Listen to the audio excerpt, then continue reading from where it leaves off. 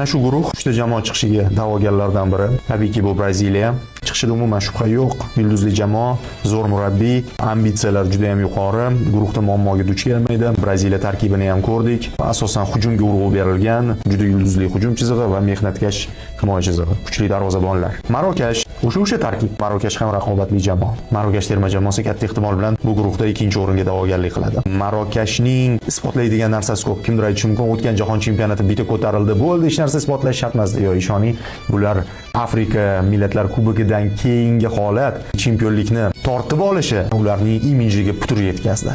Va mana shu imijni tiklash uchun Marokash har qachongidan kuchli harakat qilish kerak. Shotlandiyani yarim tarkibi APLda o'ynaydi, yana yarim tarkibi Championshipda o'ynaydi. Lekin chiqa olmaydi katta turnirlarga. Ko'pincha chiqsa ham guruhdan qolib ketadi. Balki bu safar o'zgarar vaziyat.